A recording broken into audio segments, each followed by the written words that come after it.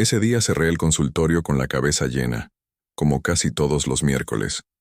Eran cerca de las 7:30 de la noche, y lo único que quería era llegar a casa, sacarme los zapatos y comer algo caliente sin mirar el celular. Ya había apagado las luces del pasillo, tenía el maletín en la mano y el abrigo puesto cuando escuché que alguien tocaba la puerta con insistencia. Me detuve un segundo. Dudé si abrir, pero cuando me asomé por la ventana, vi que era Ricardo León, mi vecino de calle y padre de una de las adolescentes del barrio, Camila. Me dijo que su hija no se sentía bien, que tenía unos dolores y que prefería que yo la viera antes de ir a la guardia del hospital, para quedarse más tranquilo. No sonaba urgente, pero había algo en su tono que me resultó demasiado forzado, como si intentara sonar casual. Aún así, le abrí. No suelo rechazar una revisión cuando se trata de alguien conocido. Apenas entraron, noté que la situación era rara. Camila no parecía estar enferma. Estaba rígida, callada, con los ojos clavados en el suelo y las manos apretando los puños por dentro del bolsillo del buzo. Me dio la impresión de que no quería estar allí. Ricardo, en cambio, no paraba de hablar. Explicaba los síntomas por ella, se sentó a su lado sin soltarle el hombro, y cada vez que yo le preguntaba algo a la chica, él respondía por encima. Yo trataba de mirarla directamente, de establecer algún tipo de conexión visual, pero era como si no pudiera levantar la cabeza. Le pregunté si sentía algún dolor específico. Murmuró algo apenas audible. Al revisarla, dijo que tenía molestias abdominales. Decidí hacer una ecografía para descartar algo ginecológico. Apenas apoyé el transductor, la imagen me dejó helado. Estaba embarazada. 28 semanas, más o menos. El corazón del bebé estaba lento, el líquido amniótico bajo. Todo indicaba que había riesgo. Le expliqué a Ricardo que era necesario trasladarla de inmediato al hospital, que no podíamos perder tiempo. Él dijo que sí, pero sin moverse. Que tenían que pasar por su casa primero, que necesitaban avisar a alguien. Todo en mí gritaba que algo no estaba bien. Camila no hablaba, pero esa mirada de reojo que me lanzó en un segundo de descuido me lo confirmó. Ella no se sentía segura. Había miedo, y yo no podía ignorarlo. Después de que se fueron, me quedé parado frente a la puerta del consultorio durante varios segundos. Era como si mi cuerpo no quisiera moverse, como si supiera que lo que acababa de pasar no podía quedarse así. Cerré todo otra vez, pero en vez de irme a casa, me senté frente a mi escritorio con el expediente de Camila aún abierto. Había algo que me molestaba más allá del embarazo y del estado clínico. Era el comportamiento de Ricardo, su forma de interrumpirla constantemente, de controlar cada palabra, cada gesto. Era una actitud que había visto antes en otros contextos, y no era buena señal. Revisé los datos que tenía en el sistema. La madre de Camila, Mónica Delgado, figuraba como fuera del núcleo familiar desde hacía 5 años, sin visitas registradas en la historia clínica. Demasiado tiempo para una ruptura de contacto tan absoluta. No aparecía ninguna información de seguimiento escolar, ni revisiones ginecológicas previas. Solo algunas consultas generales, siempre con el padre presente, siempre bajo la misma explicación vaga. Pequeños malestares, nada grave. Decidí llamar al hospital para verificar si habían llegado. Me dijeron que no había ninguna Camila León en urgencias esa noche. Sentí un frío en el estómago. Intenté marcar el celular de Ricardo, pero no respondió. Pensé en llamar a la policía, pero no tenía pruebas concretas de nada aún. Así que tomé una decisión que no suelo tomar. Fui hasta la casa de los León. Está a unas pocas cuadras del centro de Valle de Luz, en una calle de tierra donde las luces públicas apenas alumbran. Toqué el timbre varias veces, sin respuesta. Cuando ya me estaba por ir, Camila abrió la puerta, apenas entreabierta, y me miró. No dijo nada. Su cara estaba pálida, con los ojos enrojecidos. Le pregunté si estaba bien, asintió apenas. Le pregunté si podía hablar con su padre. Me dijo que no estaba. Y justo cuando iba a darme vuelta para irme, me dijo en voz bajísima: «No puedo ir al hospital con él. No quiero». Me quedé inmóvil. Le pregunté si se sentía en peligro. No respondió con palabras. Solo me miró otra vez, con los ojos húmedos, y negó con la cabeza muy despacio. En ese momento supe que no podía dar la espalda. Le pedí que esperara un minuto, y me alejé para llamar a la policía. Mientras hablaba, Camila me alcanzó corriendo y me dio una bolsa pequeña con algo dentro. Me pidió que la revisara, que ahí estaba todo lo que necesitaba. Esa noche, con ese paquete en mis manos y el corazón latiendo con fuerza, supe que no estaba frente a un caso médico más.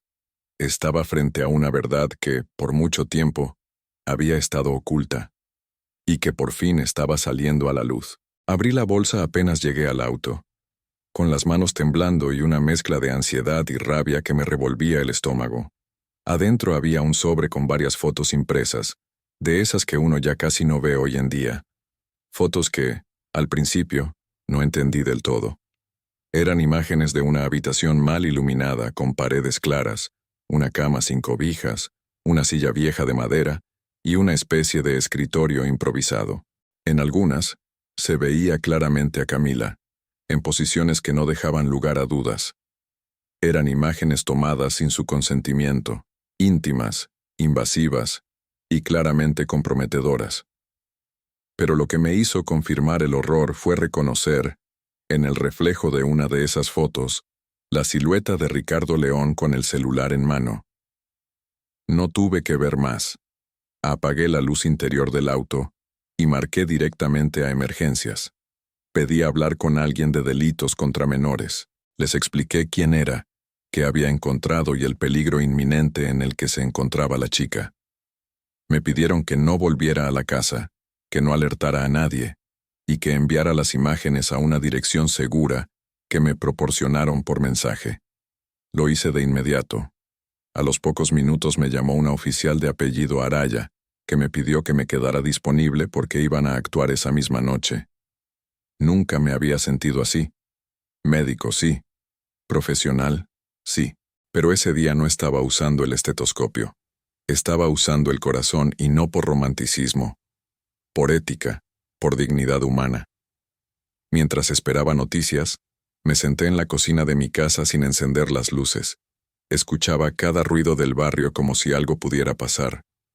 Me preguntaba si Camila estaría bien, si habría conseguido encerrarse, si su padre no habría sospechado que algo estaba fuera de lugar.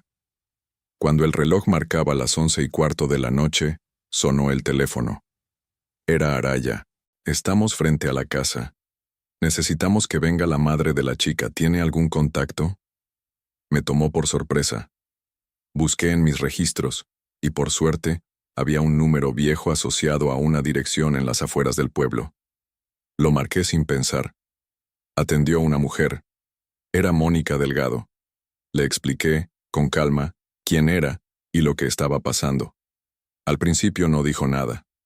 Luego rompió en llanto. Me dijo que llevaba años intentando ver a su hija, más que los tribunales le habían negado a cada intento. Le pedí que viniera, que su hija la necesitaba. Acordamos un punto de encuentro. En ese momento entendí que la noche apenas había comenzado, y que a pesar de todo lo que había visto en mi carrera, nunca había sentido tanto peso sobre los hombros como esa vez. Nos encontramos en una estación de servicio que quedaba a unos 10 minutos de la casa de los León. Mónica llegó en un coche prestado con el rostro pálido y las manos apretando el volante como si eso fuera lo único que la sostenía. Bajó sin soltar el teléfono, me miró y solo preguntó: ¿Está viva? Le dije que sí, que Camila estaba bien, pero que necesitaba ver una cara que le diera confianza. Mónica no dudó. Nos subimos en mi auto y seguimos a las patrullas que ya se habían posicionado en silencio en la esquina de la calle. La oficial Araya nos indicó que esperáramos a unos metros mientras organizaban la intervención. La casa estaba en penumbra, pero adentro había movimiento. A las 11 en punto, un equipo táctico golpeó la puerta con fuerza.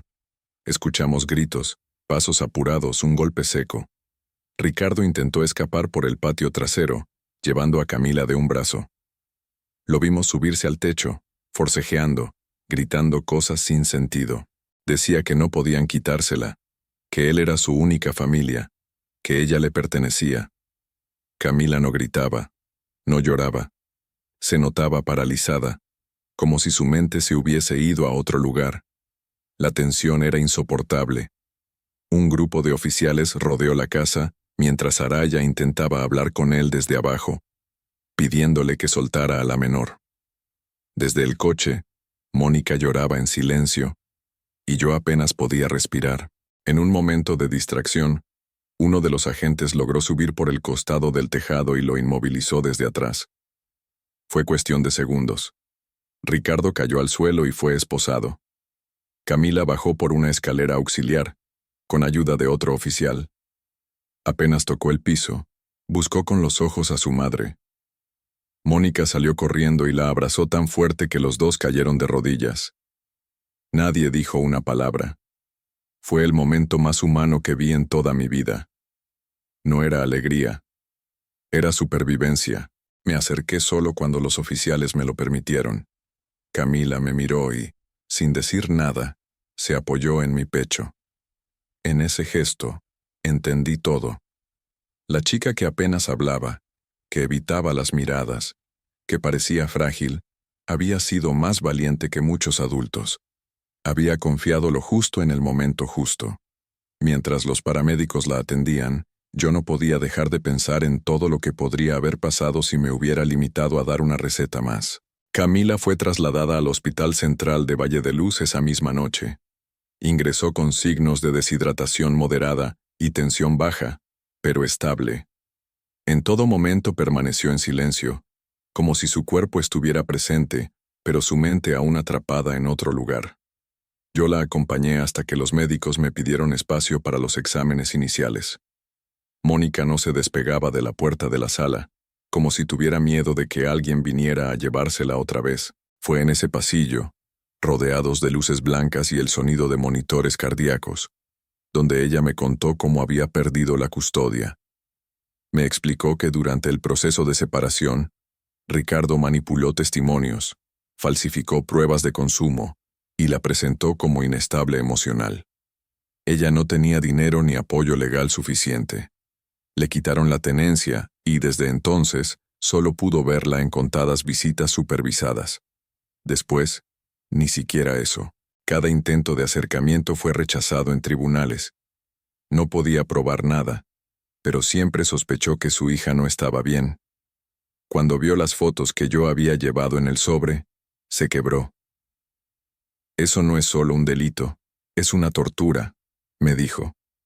Yo no sabía cómo consolarla, solo podía escuchar, y en ese silencio compartido, entendí por qué era tan importante que Camila la viera allí, porque durante años le habían hecho creer que su madre la había abandonado, cuando en realidad había estado luchando en silencio. Los médicos confirmaron que el embarazo estaba avanzado, pero que aún era posible asegurar un parto sin complicaciones si se actuaba con rapidez. El bebé tenía bajo peso, pero no estaba en riesgo inmediato. Camila seguía sin hablar, pero cuando una de las enfermeras mencionó que su madre estaba afuera, levantó la cabeza por primera vez. Esa noche, se autorizó que Mónica durmiera en una silla dentro de la habitación. Me fui del hospital a las 3 de la mañana, exhausto, pero en paz. En el auto, con la ciudad en silencio, pensé en todo lo que había pasado en solo unas horas. En cómo una consulta tardía, que parecía un malestar menor, se convirtió en una cadena de decisiones que cambió 3 vidas. Antes de dormir, escribí un correo al colegio de médicos local para solicitar orientación sobre cómo proceder en casos similares, y supe, sin ninguna duda, que no había hecho nada extraordinario. Solo había escuchado a alguien que nadie más estaba escuchando. Los días siguientes fueron una mezcla de agotamiento físico y carga emocional difícil de procesar. Camila permaneció hospitalizada por observación, mientras los trabajadores sociales y la fiscalía avanzaban con las denuncias formales. Ricardo León fue detenido esa misma noche y trasladado al penal de San Alejo. La noticia corrió rápido en Valle de Luz. No tardaron en salir los rumores, las versiones, las defensas absurdas de algunos conocidos que no podían creer lo que él había hecho. Pero también hubo apoyo. Muchos pacientes me escribieron. Algunos me pararon en la calle para agradecerme por haber intervenido. No lo hice por reconocimiento ni lo necesitaba. Lo hice porque no podía vivir conmigo mismo si me quedaba callado. Mientras tanto, Mónica comenzó a reencontrarse con su hija poco a poco. Camila tardó 2 días en decir una palabra.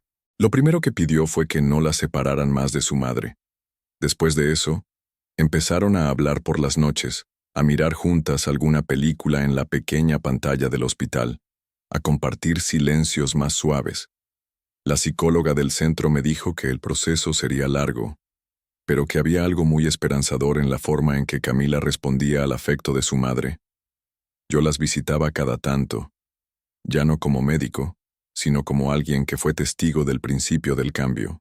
En una de esas visitas, Camila me escribió una nota. No la dijo en voz alta, pero la dejó sobre la mesita de noche. Decía: «Gracias por no dejarme sola». La guardé en el bolsillo sin decir nada. A veces, lo único que una persona necesita es que alguien la vea. Y eso fue lo que pasó.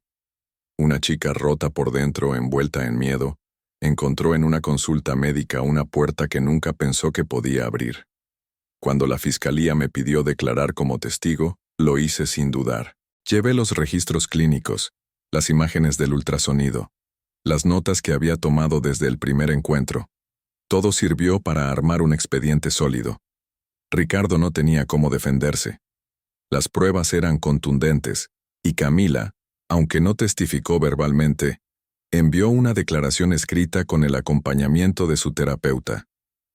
Mónica, por su parte, inició un proceso para recuperar la custodia de su hija de manera definitiva. Verlas caminar juntas por los pasillos del hospital, tomándose de la mano, fue el primer signo claro de que algo estaba sanando. No era inmediato, no era perfecto, pero era real. Una semana después del ingreso de Camila, el equipo médico consideró que ya estaba en condiciones de recibir el alta. La recuperación física era estable, y con el seguimiento adecuado, tanto ella como el bebé podían continuar con controles ambulatorios. Lo más difícil, como siempre, no era lo médico, sino todo lo que venía después. El hospital coordinó con el Servicio de Protección de Menores para que Mónica pudiera llevar a su hija a casa, bajo custodia supervisada, mientras se resolvía el trámite legal completo. Yo estuve presente cuando firmaron los papeles. Camila me miró varias veces mientras el trabajador social le explicaba sus derechos. No decía mucho, pero en sus gestos había una claridad que no había visto antes. Cuando se levantaron para irse, se acercó y me abrazó. No fue largo, no fue fuerte, pero fue sincero. Mónica me dio las gracias de nuevo, con los ojos llenos de lágrimas. Les dije que seguiría cerca, que cualquier cosa que necesitaran, ahí estaría. Me quedé viendo cómo se alejaban por el pasillo. Camila sostenía una bolsa con la ropa que le habían dado en el hospital, y Mónica le sostenía el abrigo en los hombros. Era una escena simple, pero tenía un peso emocional enorme. Al volver al consultorio esa tarde, todo me parecía diferente. La recepción, los pasillos, la sala de exploración, todo estaba igual, pero al mismo tiempo no. Sentí que esa camilla donde Camila se sentó aquella noche ya no era solo un mueble médico. Era un lugar donde una historia había comenzado a cambiar.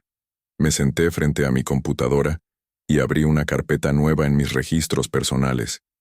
La llamé «Casos en los que escuchar fue suficiente», y ahí escribí lo que había aprendido, que no siempre vamos a tener pruebas evidentes al principio, que a veces solo hay que seguir la intuición, que cuando alguien calla demasiado, puede ser porque necesita ayuda para gritar. Esa noche, al llegar a casa, no encendí la televisión ni el teléfono.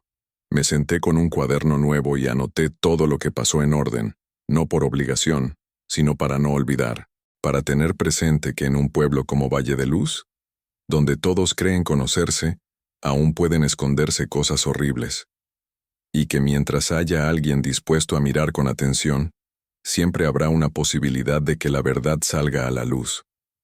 Con el paso de los días, la historia de Camila empezó a circular en Valle de Luz de forma más abierta. Al principio eran murmullos, comentarios entre vecinos, versiones mezcladas con suposiciones. Pero a medida que la investigación avanzaba y se formalizaban las denuncias, los medios locales comenzaron a cubrir el caso con más detalle. Algunos titulares eran sensacionalistas, pero la mayoría reflejaban la gravedad de lo que había ocurrido. Se armó una especie de red espontánea de apoyo a Mónica, compuesta por mujeres del barrio, profesionales de la salud, docentes y otras madres que también habían pasado por situaciones parecidas. No faltaron quienes minimizaron lo ocurrido o defendieron a Ricardo diciendo que era un buen padre o que nunca se le había visto algo raro. A esas voces, decidí no responder. Sabía que los hechos eran contundentes y que el proceso judicial estaba en marcha, pero lo que me marcó profundamente fue ver cómo Camila empezó a cambiar. No de un día para el otro, no con grandes gestos, pero sí con señales pequeñas.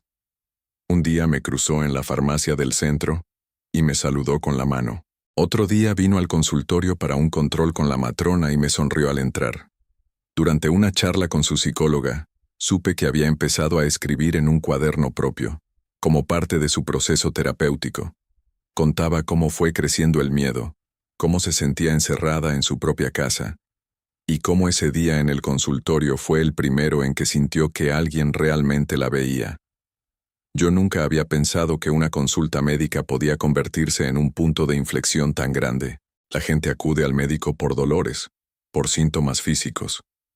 Pero a veces, hay dolores que no se notan en una radiografía ni en una ecografía. Y sin embargo, están ahí. El embarazo de Camila siguió su curso con controles regulares. El bebé crecía lento, pero constante. Ella misma eligió el nombre, Alma. Cuando me enteré, me emocioné. Era un nombre que decía mucho sin explicar demasiado. Mónica me llamó una tarde para decirme que Camila quería que yo estuviera presente cuando naciera. No supe qué decir. Me quedé en silencio unos segundos y luego acepté.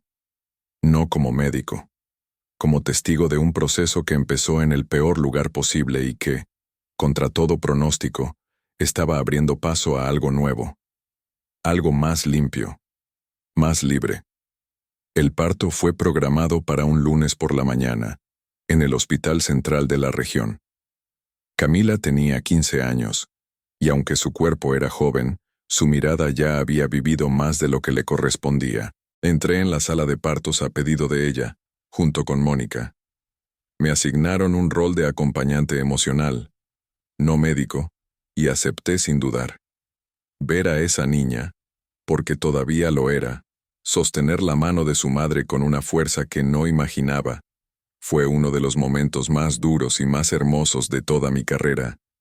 El trabajo de parto fue largo, delicado, pero constante. Camila no se quejó una sola vez. Solo pedía, entre susurros, que no la dejaran sola. No lo hicimos.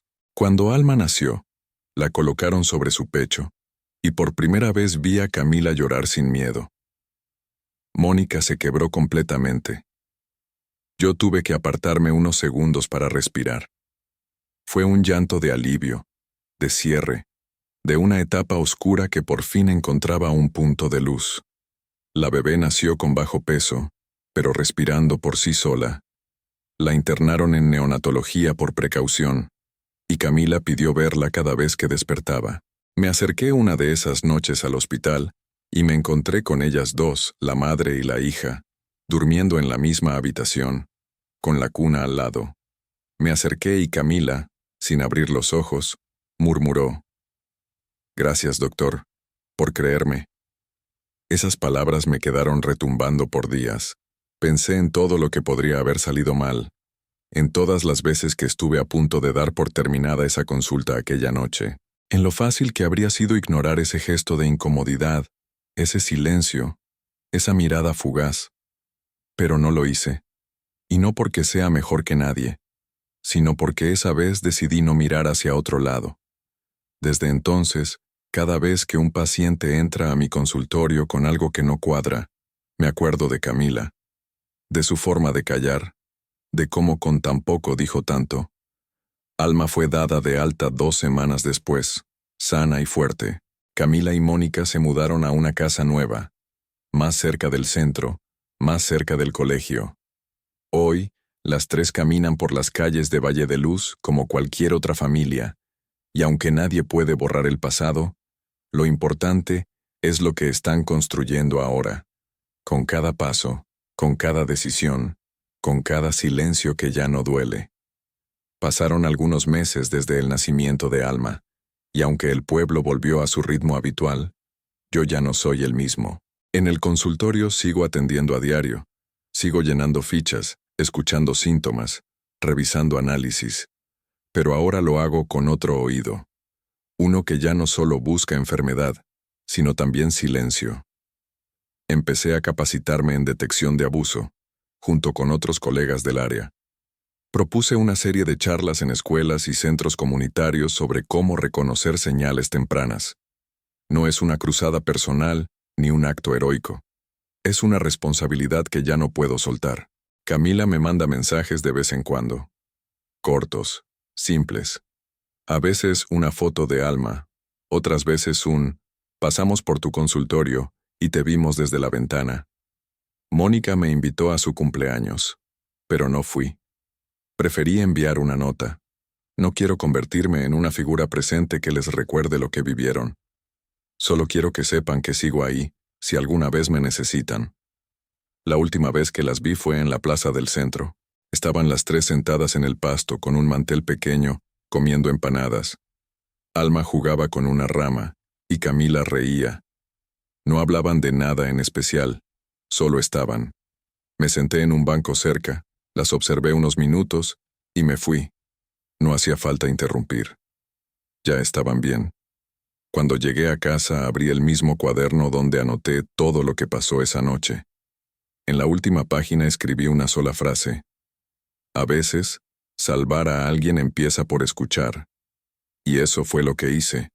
No salvé a Camila. Se salvó sola, el día que confió lo suficiente como para entregarme ese sobre. Yo solo estuve atento. Solo hice lo que juramos hacer cuando elegimos esta profesión. Cuidar. Hoy, cada vez que alguien me pregunta por qué sigo trabajando en un pueblo pequeño, con jornadas largas y poco reconocimiento, contesto lo mismo, porque una vez, una chica me enseñó que estar presente puede cambiar una vida. Y eso no se olvida nunca. Hay historias que te marcan, que se te quedan pegadas en la piel, no por el horror que traen, sino por la fuerza con la que se transforman en algo distinto. Esta fue una de ellas. Y mientras yo tenga memoria, será también un recordatorio de que, incluso en la oscuridad, alguien puede encontrar una salida. Solo hace falta que alguien escuche.